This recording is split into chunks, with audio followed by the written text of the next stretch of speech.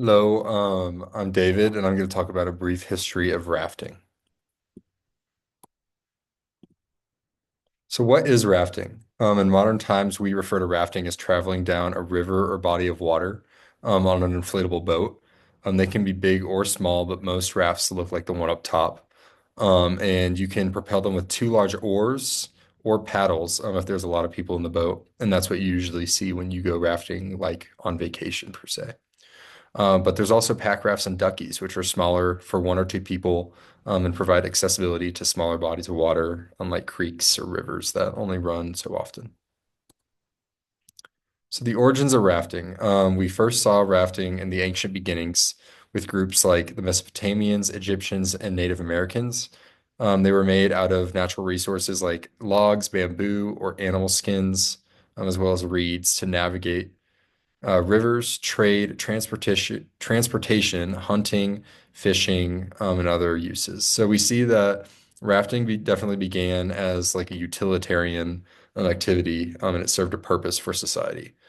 Additionally, we saw Native Americans, like some tribes in America, like the Shoshone, use rafts and dug out canoes to travel rivers, and explore new territory.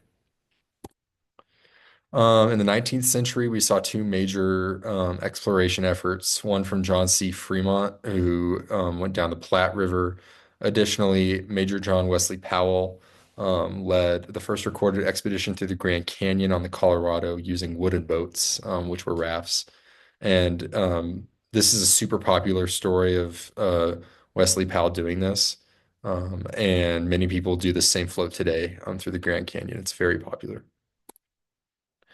And then in the 40s and 50s, the United States military produced tons of rubber rafts to use during World War One and World War Two. But they were never, all of them were never used. And so they became, they were sold off to like military surplus stores or the general public. And this is when rafting really took off. In the 60s, it became a recognized outdoor recreational activity, as well as guiding trips. And guided companies started pulling up or started guiding trips on the Colorado and Snake rivers, which are two of the most popular rivers today. And in the 70s and 80s, gear and safety and conservation efforts just really blew up. And now, even still, this industry is evolving with the evolution of pack rafts. And those are the new and current breakthrough in river travel. So, what does this activity mean today? Rafting is definitely a major tourism draw. Companies provide trips for single days or multi-days on rivers all across the world, and this has definitely increased the accessibility and popularity of rafting.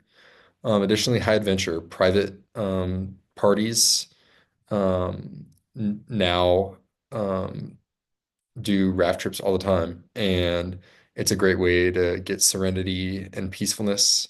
And so permit systems have had to be established because of how popular rafting has become, so that people still get that peacefulness and excitement that river trips offer. So, what lies in the future for rafting? Some pros include safer adventures because of advancements in gear, as well as small towns getting a boost to their economy through rafting. And additionally, greater accessibility through adaptive programs. Like, for example, in Park City, the National Ability Center does raft trips for people with differences. And I think that's really cool and how accessibility has grown in this sport. And additionally, some cons. Overcrowding is always a con. Some people dislike the permit system, the potential commercialization, which some would argue has already happened, the loss of remote areas due to infrastructure development, like established campsites per se, and additionally the increased cost that we're seeing in recreational activities, um, just about all of them, not just rafting, but especially rafting. And so this activity made me reflect on my relationship with rafting. And so some things I already knew that I appreciated about rafting were conversations on boats, and just like the face-to-face contact that you can get with people.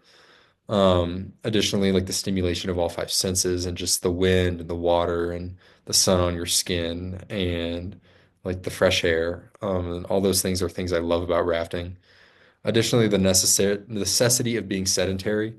A lot of the high adventures that I do, like skiing or backpacking and through hiking and stuff like that, I'm very concerned about how fast I need to go and go, go, go. I need to set up camp. I need no wasted time. And rafting, you're definitely not wasting time either, but there are just points where you're just in flat water or you're just riding a stretch of river out and you can just sit and observe and just relax and love what you're doing. And so I think that's a really cool part of rafting that I really enjoy. Additionally, the thrill of running rapids is always great. And also you can bring more gear than you could backpacking per se. So I think that's really fun. Like you can bring fun foods and desserts and stuff like that, and you have room for it. I think another thing that's special for me is I'm still discovering my love for rafting. I haven't been doing this my whole life. Like it's something that I've gotten into in more recent years. And so I think I'm still like discovering how much I enjoy rafting and there's still so many stretches of river that I want to run. And so I think I'm still like in my baby phase. And so, yeah, I've just really enjoyed that. Additionally, I have more appreciation for the utilitarian uses that rafting provided my ancestors, and how I get to float some of the same stretches of river that they got to float back then. And also the irony that war preparation is a major reason why rafting gained popularity in the United States.